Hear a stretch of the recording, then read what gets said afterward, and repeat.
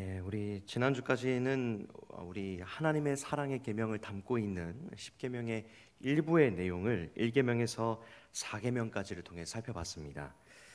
오늘부터는 이웃사랑의 계명을 담고 있는 10계명의 2부 내용을 5계명부터 10계명까지의 내용을 통해 살펴보게 될 것입니다. 이처럼 10계명은 크게 두 부분으로 하나님 사랑, 이웃 사랑 이렇게 나눠서 볼 수 있지만 두 부분이 각각 전혀 다른 내용을 기록하고 있는 것이 아니라 서로 연계되어 있다라는 것을 알 수 있는데요. 제가 나눠드린 유인물 한번 보시면 유인물 10계명의 1부에서 2부로 이어지는 화살표가 보이실 겁니다. 거기 첫 괄호에 들어갈 말은 누구를 사랑하는 것이겠습니까? 하나님 사랑. 근데 이 하나님 사랑이 어디로 이어져야 됩니까? 네, 이웃 사랑으로 이어져야 합니다. 가운데 이 화살표가 의미하는 것은 바로 연관, 연계, 연결 이런 의미를 가집니다. 그러니 이 하나님을 사랑하는 것이 반드시 오늘부터 우리가 살펴보게 될 10계명 2부의 내용인 이웃사랑의 모습으로 나타나야 한다라는 것을 의미하는 것이죠. 달리 말씀드리면 하나님을 사랑하는 것에 대한 진위 여부는 이웃을 사랑하는 여부에 따라 결정된다라는 것입니다. 사도 요한이 요한일서에서 가르친 대로 말로는 하나님을 사랑한다라고 하지만 그 하나님을 사랑하는 모습이 이웃을 사랑하는 모습에까지 연결되어 있지 않으면 그 하나님을 사랑한다라고 고백하는 것은 거짓이다라고 하는 것이 바로 이 1부와 또 2부의 연결성이다라고 할 수 있겠습니다. 따라서 우리는 오늘부터 살펴보게 될 이 10계명의 2부인 이웃사랑의 계명들을 앞선 1부의 내용에서 살펴봤던 그 하나님의 사랑, 하나님 사랑하는 계명과 같이 진지하고 또 진중한 자세, 엄중한 계명으로 우리가 받아들여야 합니다. 하나님께서는 오늘 본문인 신명기 5장 16절과 같이 10계명 2부의 첫 계명인 5계명을 통해서 우리의 가장 가까운 이웃인 부모님을 사랑하고 공경해야 한다라고 말씀을 하시는데요. 5계명이 구체적으로 무엇을 의미하는지 오늘 104문답의 내용을 통해 함께 알아보고 또 하나님의 마음과 뜻을 깨닫는 귀한 시간 되기를 간절히 소망합니다. 먼저 우리 104문답을 함께 읽고 답해 보겠습니다. 제가 질문을 드리면 답을 읽어주시면 감사하겠습니다. 제5계명에서 하나님께서 원하시는 것은 무엇입니까?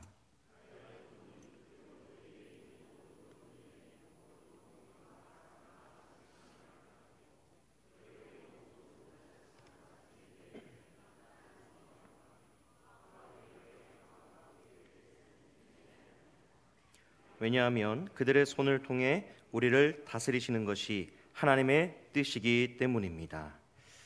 오늘 104문답을 살펴보기 전에 먼저 우리는 이 104문의 질문을 좀 면밀히 살펴봐야 합니다. 질문을 보니까 104문의 질문은 제5계명에서 하나님께서 원하시는 것은 무엇입니까? 라고 우리에게 묻고 있습니다.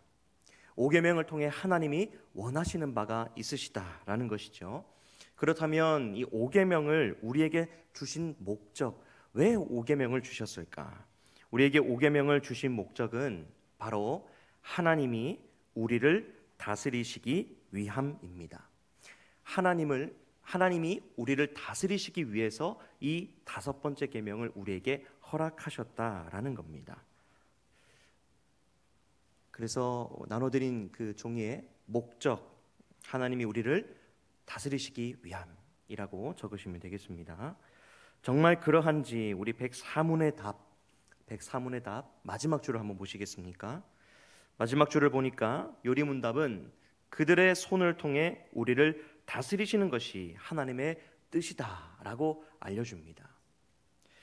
정말 하나님께서 이 계명을 통해 우리를 다스리고자 하시는 그 하나님의 뜻이 확고하다는 것을 우리는 이 대목을 통해 알 수 있습니다. 그런데 방금 읽은 이 마지막 부분을 보니까 하나님께서 우리를 다스리시되 무언가를 통해서 우리를 다스리신다라고 말씀을 하십니다. 무언가를 통한다고 하십니까? 바로 그들의 손을 통해 우리를 다스리신다라고 말씀하는데요. 여기에서 그들은 누구일까요? 여기에서 말하는 그들, 바로 그들은 오늘 우리가 지금 살펴보고 있는 104문답의 첫 번째 줄에 있습니다. 그들은 바로 부모님, 나의 부모님, 그 다음 내 위에 있는 모든 권위를 가리킵니다. 그러니 하나님께서는 우리를 다스리시기를 원하시는데 누구를 통해 다스리시기를 원하시냐면 하나님을 통해서, 그리고 우리 위에 세우신 권위자들을 위해서, 직분자들을 통해서 우리를 다스리시기를 원한다라는 것입니다.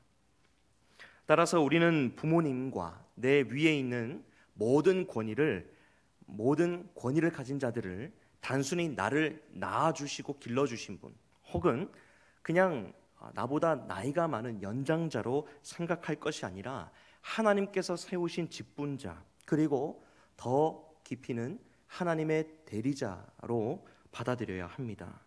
자, 그렇다면 하나님께서 세우신 하나님의 대리자인 부모님께 우리가 행해야 할 그 의무는 무엇일까요?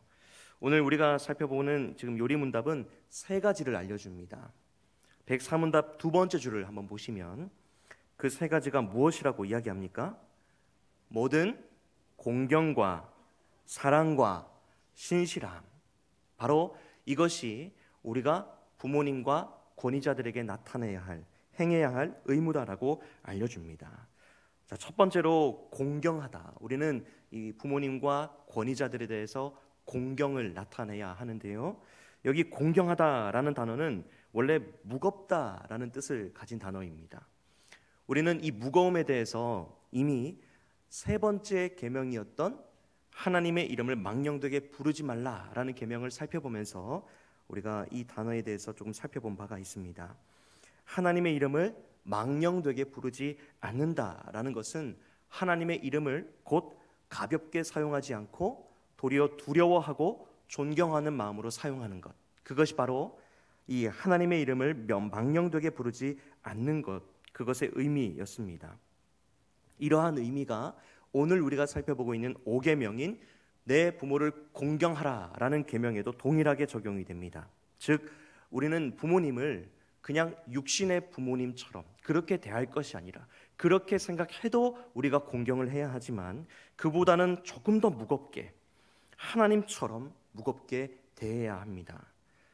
하나님을 아무렇게나 경솔히 대하지 않듯이 우리는 부모님을 함부로 경솔하게 대하지 않아야 한다라는 것입니다. 두 번째로 요리문답은 공경과 더불어 사랑을 나타내야 한다라고 우리에게 가르칩니다. 이것은 공경을 실천하는 태도가 사랑의 태도여야 한다라는 것입니다. 그러니 공경 따로, 사랑 따로, 이것이 아니라 공경하는 그 마음과 행위를 사랑하는 마음 가운데 실천해야 된다라는 것이죠.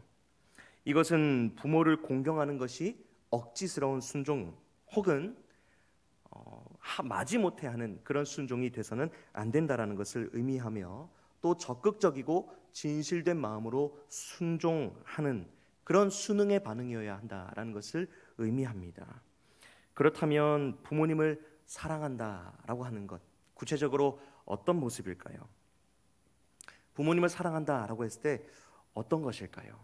어떤 분들은 물질로 그 사랑을 표현하는 분들도 있고, 어떤 분들은 말로, 어떤 분은 편지로, 또 여러 가지 갖가지 방법들로 그 사랑을 표현하기도 합니다. 그런데 우리가 부모님을 사랑한다라고 하는 것, 구체적으로 어떤 모습인지 우리는 다른 곳에서 모범을 찾지 않고 우리 주님에게서 그 모범을 찾을 수 있습니다. 예수님께서 성부 하나님을 사랑하셨던 모습에서 우리가 부모님께 보여야 할 그 사랑의 반응이 무엇인지 우리가 발견할 수 있는데요, 예수님께서 성부 하나님을 사랑하셨다라는 것을 우리는 마가복음 14장에 기록된 예수님이 겟세마네 동산에서 기도하신 장면을 통해 알 수 있습니다. 예수님께서는 로마 군인들에게 잡히시기 전 십자가 고난을 앞두고 겟세마네 동산에서 기도하셨습니다. 이때 얼마나 마음이 힘드셨던지 마가복음 14장 34절 한번 보여주시겠습니까? 14장 34절 보니까 말씀하실 때 내 마음이 심히 고민하여 죽게 되었다라고 예수님께서 말씀하십니다. 얼마나 그 십자가 고난이 힘이 들었으면 그렇게 기도하셨겠습니까?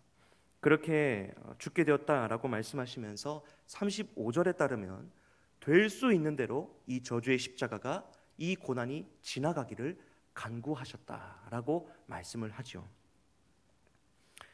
그러나 예수님의 기도는 거기에서 그치지 않습니다. 주님, 내게서 이 잔을 옮겨주십시오 라고 그렇게만 기도하시지 않고 뒤이어 어떻게 기도하셨습니까? 그러나 나의 원대로 마시옵고 누구의 원대로 해달라고 기도하십니까? 아버지의 원대로, 하나님의 뜻대로 이 일들이 이루어지게 하옵소서라고 기도하십니다. 예수님께서 성부 하나님께 그 절체절명의 순간에 보이셨던 이 모습은 맹목적인 복종이 아니지요. 자발적인 순종입니다. 하나님, 내 소원은 이렇지만 그러나 저는 성부 하나님의 뜻이 이루어지는 것을 더 간절히 바랍니다 라는 이 성부 하나님을 향한 사랑으로 이와 같이 십자가 고난에 순종하신 것입니다.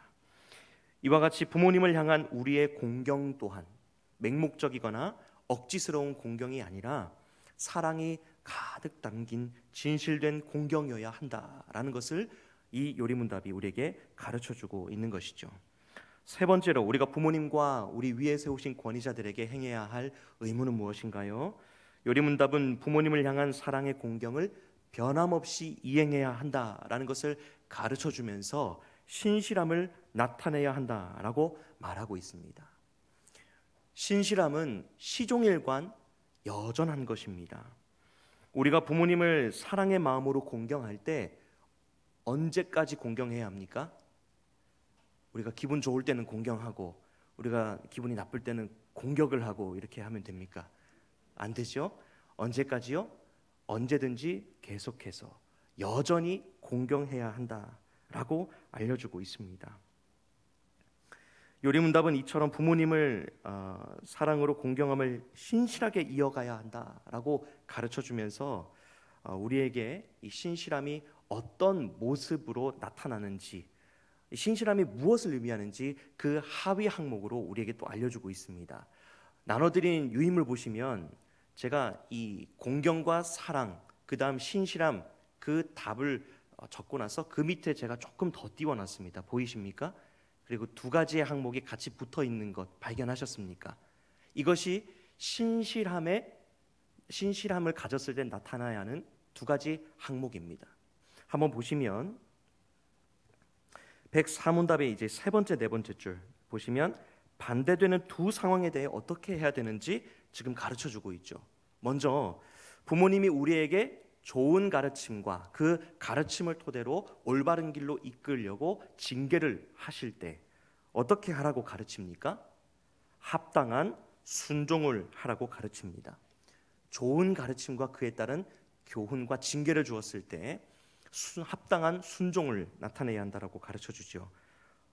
나아가 좋은 가르침을 줄 때와는 다르게 부모님의 약점이 발견되고 부모님이나 권위자들에게 부족함이 발견됐을 때 어떻게 해야 한다라고 말씀합니까? 인내해야 한다라고 가르쳐주고 있습니다. 여러분, 이 두 상황은 지금 상반된 것이죠. 첫 번째는 우리에게 좋은 가르침을 줄 때, 우리의 생각에도 옳고 여러모로 봤을 때 타당할 때 우리가 합당한 순종의 반응을 보여야 한다. 두 번째는 그렇지 못할 때를 얘기한 겁니다. 그러나 그렇지 못할 때 어떻게 하라고 얘기합니까? 당장 그 자리를 박차고 일어나라 라고 가르치지 않고 인내하라 라고 가르치는 것이죠. 그러니 좋은 가르침일 때든지 부족함이 보일 때든지 결국에 신실하게 언제든지 계속해서 하나님께서 세우신 이 권위, 그리고 부모님께 공경과 사랑과 신실함을 나타내야 된다라고 하는 것을 가르쳐주고 있는 것입니다. 정리해보자면 우리는 언제든지 항상 진실과 사랑의 태도를 가지고 부모님을 대하고 존경해야 하는 것입니다. 부모님과 권위자들에게 대체 왜 그래야 합니까?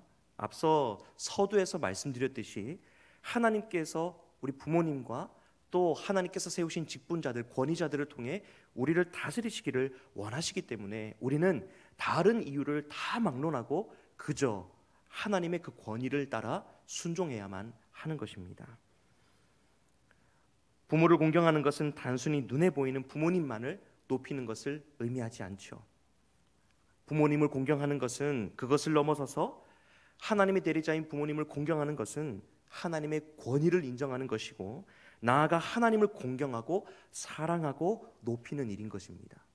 그러니 그냥 눈에 보이는 부모님께 잘하고 말고, 이게 아니라 지금 내가 부모님과 권위자들에게 하는 모든 행동이 누구에게 하는 것과 일반이다라는 겁니까? 하나님께 하는 것과 같다라는 것이죠. 방금 함께 나눈 이 신실함에 대해서 오늘날 우리가 살아가고 있는 이 시대상을 생각해 보지 않을 수가 없습니다. 요즘 뉴스를 접하다 보면 부모와 자녀 간에 생기는 안타까운, 때로는 개탄스러운 소식들을 심심찮게 접합니다. 어릴 때에는 부모님의 도움이 없이 살아가지 못하는 존재여서 부모님께 순종하고 의존했다가 자신의 힘으로 무언가를 할 수 있게 되면 부모님께 순종하지 않고 공경하려 하지 않습니다. 이런 모습에 대해서 잠언 23장 22절 말씀이 뭐라고 가르쳐주고 있는지, 우리가 어떻게, 어떤 태도로, 어떤 반응을 보여야 되는지 우리에게 잘 알려주는데요. 우리 함께 같이 한번 읽어보겠습니다. 시작. 너를 낳은 아비에게 청종하고 내 늙은 어미를 경히 여기지 말라. 저기 보시면 너를 낳은, 그 다음에 늙은 어미라는 표현이 나옵니다. 낳았다, 늙었다. 여러분 어떤 이미지가 떠오르십니까? 인생이 시작되고 인생이 끝나가는 시점이 생각되지 않으십니까? 우리가 부모님께 대할 때, 그리고 우리 위에 세우신, 하나님께서 세우신 그 권위자들에 대할 때 공경할 때를 정하고 하지 않을 때를 정하고 그것을 내 기준대로 판단하고 결정하는 것이 아니라, 방금 우리가 읽었던 이 잠언 말씀처럼 처음부터 끝까지 여전히 계속해서 항상 신실해야 한다라고 하는 것을 알려주고 있는 것입니다.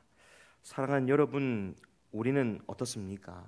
우리 삶에 가장 가까이에 두신 하나님의 대리자이자 하나님의 권위인 부모님을 공경하고 있습니까?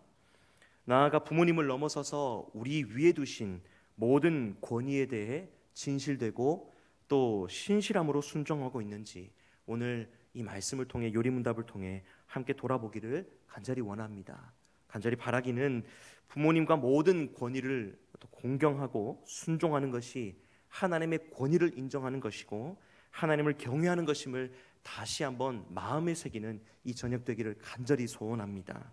그리하여 우리의 가장 가까운 이웃이자 하나님의 대리자인 그 부모님, 그리고 다른 모든 위에 세우신 권위에 대해 진실함과 공경, 그리고 신실함을 나타내므로 하나님을 공경하고 하나님을 사랑한다라고 하는 것이 정말 내 안에 참된 신앙임을 나타내는 저와 여러분이 되시기를 간절히 소망합니다. 오늘 우리가 살펴보고 있는 이 5계명은 하나님께서 이스라엘에게 주신 계명들 중에서 특별한 의미를 지닌 계명입니다. 그 이유는 에베소서 6장 2절이 말씀하는 것과 같이 계명을 지켰을 때 언약의 복이 약속되어 있는 첫 계명이기 때문입니다. 그 약속의 내용이 무엇인지, 약속된 복의 내용이 무엇인지 오늘 나눠드린 종이의 밑부분을 보니까요, 하나님께서 주신 땅에서 생명이 길고 복을 누릴 것이다. 내 부모를 공경하라. 그리하면 이러한 복이 따르겠다라고 말씀을 합니다. 이 약속된 장수와 형통의 복은 누구나가 다 원하는 복이죠. 아마 이 자리에 계신 분들도 다 이 장수와 형통의 복을 원하시지 않을까 생각합니다. 이 말씀은 단순하면서도 아주 원초적인 가르침을 담고 있습니다. 약속의 내용에서 내게 준 땅은 과연 어디를 가리킬까요? 여기서 내게 준 땅은 어느 땅을 가리킬까요? 연제구일까요? 해운대구일까요? 네. 오늘 하나님께서 이스라엘에게 주셨던 내게 준 땅, 약속하시면서 내게 준 땅, 여기는 바로 가나안입니다. 이 10계명은 당시 이스라엘 백성들이 받았던 계명이죠. 그러니 하나님께서 주시겠다 약속하신 그 땅은 바로 가나안 땅이다라는 것을 알 수 있습니다. 가나안 땅은 우리가 이미 아시는 대로 정탐꾼들의 보고와 같이 젖과 꿀이 흐르는 비옥한 땅임에는 틀림이 없습니다. 허나 그와 더불어 분명한 사실은 가나안 땅이 이방 대적들로부터 둘러싸인 어쩌면 위험한 땅이라는 것입니다. 그렇다면 위험이 늘 도사리고 있는 그 가나안에서 하나님께서 약속하신 대로 안전하게 오래 살고 복을 누리기 위해 이스라엘 백성들은 어떻게 하면 될까요? 이스라엘 백성들이 어떻게 하면 이 가나안 땅에서 오래 살고 하나님이 주신 복을 오랫동안 누릴 수 있을까요? 답은 단순하죠. 바로 그들의 보호자 되신 하나님의 말씀에 순종하는 것입니다. 하나님의 말씀에 순종하려면 어떻게 해야 됩니까? 하나님의 말씀에 순종하려면 하나님의 말씀을 들어야 합니다. 그러면 하나님의 말씀은 어떻게 들을 수 있을까요? 하나님의 말씀, 갑자기 하늘에서 이제 들어보지 못한 음성으로 신비롭게 그렇게 들려올까요? 그게 아니라 바로 하나님의 말씀은 이 당시 하나님께서 가정에 세우신 하나님의 대리자인 부모의 말을 청종하는 것으로 하나님의 말씀을 들을 수 있습니다. 나아가 이스라엘 공동체 가운데 하나님의 권위로 세우신 직분자들의 말을 청종함을 통해서 하나님의 말씀을 들을 수 있습니다. 바꿔 말하면 이스라엘이 약속의 땅 가나안에서 생명을 얻을 수 있고 보존할 수 있는 유일한 방법은 부모의 말을 청종하는 부모 공경을 통해서, 그리고 권위자들의 말을 청종하는 그 공경을 통해서 하나님께서 주시는 말씀을 청종하는 것, 바로 그렇게 할 때 이스라엘 백성들이 생명을 누리고 얻을 수 있다라는 것이죠. 그러나 오늘 5계명에 담긴 이 의무와 책무는 비단 자녀들 그리고 권위 아래 있는 자들에게만 해당되는 계명은 아닙니다. 제가 수주 전에 고등부에서 이 5계명 설교를 했습니다. 지금 고등부가 10계명을 지금 살펴보고 있고 9번째 계명에까지 이제 도달을 했는데요. 5번째 계명을 설교할 때 참 고민이 많았습니다. 우선 이 계명 자체가 아이들한테는 이미 좀 마음이 다친 주제입니다. 내 부모를 공경하라.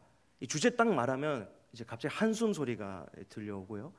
좀 이제 자세가 이제 흐트러지는 것을 볼 수 있습니다.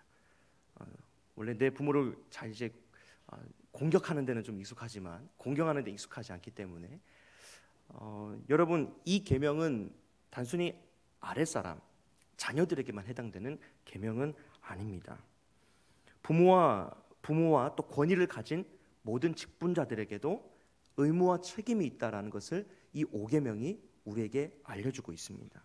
그 의무와 책임 중 가장 근본적인 의무와 책임은 바로 이 부모와 또 하나님께서 세우신 직분자들이 하나님의 말씀에 사로잡혀야 한다라는 것입니다. 앞서 이스라엘이 장수와 또 형통과 번영의 복을 받기 위해서 부모의 말을 청종함으로 하나님의 말씀을 들을 때 그 복을 누릴 수 있다라고 말씀을 드렸는데요. 이 일이 가능하기 위해서, 즉 이스라엘 백성들이 하나님이 허락하시는 장수와 형통과 번영의 복을 받기 위해서는 거꾸로 생각해 보면 먼저 부모와 또 직분자들이 하나님의 말씀에 사로잡혀 있어야만 합니다. 하나님의 말씀을 가르쳐줄 준비가 되어 있지 않으면 자녀를 하나님의 말씀 안에서 바르게 양육할 수 없고, 결국 하나님께서 부모와 직분자들을 통해 자기 백성 이스라엘을 다스리고자 하시는 그 뜻을 방해하는 그런 방해하고 마는 격이 되고 맙니다. 그렇기 때문에 부모와 권위를 가진 자들이 먼저 하나님의 말씀으로 잘 무장되어 있어야 합니다. 그것이 바로 이 5계명을 통해서 부모님 그리고 권세를 가진 직분자들에게 주시는 하나님의 명령입니다. 그래서 신명기 6장, 우리는 오늘 5장을 읽었는데요. 6장 6절에 보시면 하나님께서 이렇게 말씀하십니다. 오늘 내가 네게 명하는 이 말씀을 너는 마음에 새기고. 이것은 자녀들에게 주시는 말씀이 아니거든요. 부모, 가장, 그 당시 가정에서 신앙교육을 책임져야 하는 자들에게 주시는 말씀입니다. 뭐라고 말씀합니까? 다른 것 말고 말씀을 너는 마음에 새기라 라고 말씀을 하는 것이죠. 뿐만 아니라 오늘 104문답의 가르침과 같이 자녀와 권위 아래 있는 자들에게 좋은 가르침을 주고 신앙을 전승하여 때로는 필요하다면 징계해야 할 책임 또한 우리 부모님과 직분자들에게 있습니다.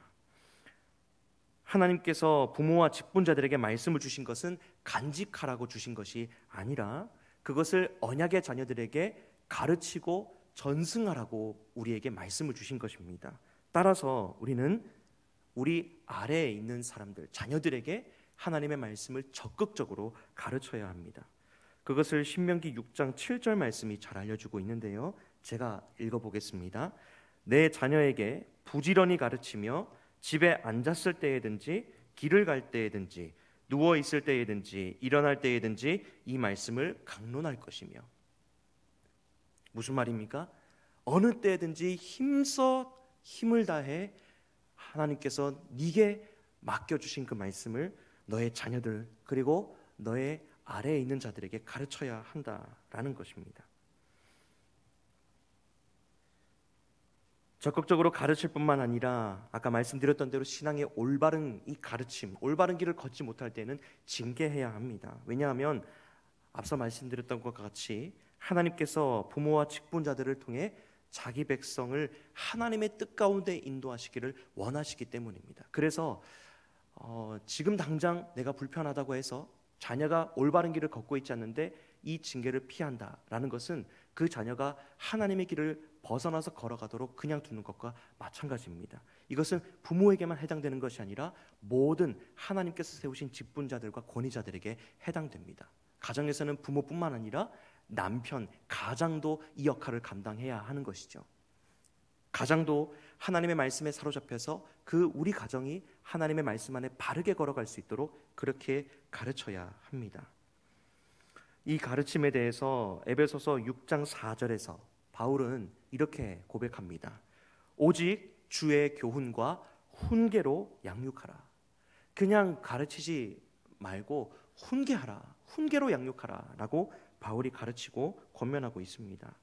하나님께서는 이렇듯 질서를 만드시고 권위를 부여하심으로 하나님의 백성을 다스리시고 또 사회 질서를 보존하시며 그 다스림을 통해 하나님의 뜻을 이루시고 영광을 나타내기를 원하십니다.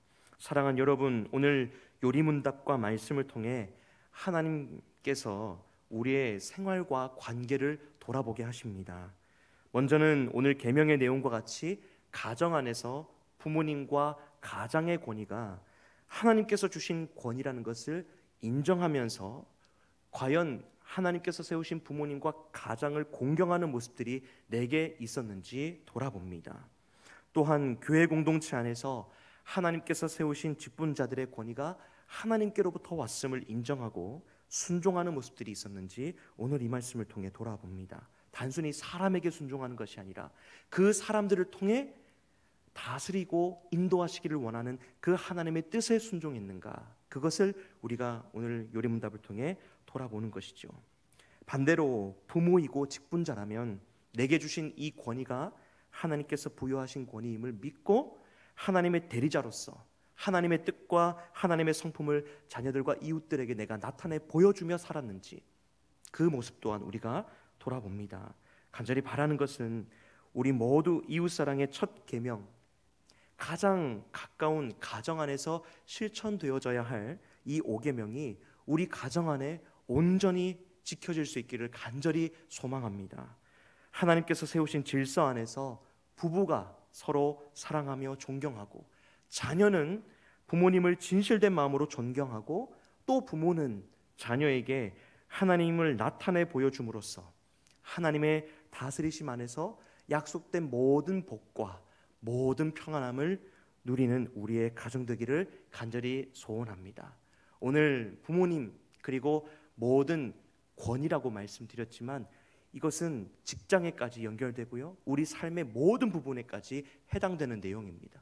비단 가정에서만 이 권위를 존중하는 것이 이루어져야 되는 것이 아니라, 이 권위를 실천하는 것이 이루어져야 되는 것이 아니라 우리의 생활의 모든 영역 안에서, 가정에서, 그리고 우리 직장에서, 교회에서 이루어져야 할, 지켜져야 할 계명입니다. 이 계명에 대해서 우리가 경각심을 가지고 또 지킴으로 하나님의 다스리심 안에서 하나님께서 약속하신 모든 복을 받아 누리시는 저와 여러분이 되시기를 주님의 이름으로 축복합니다.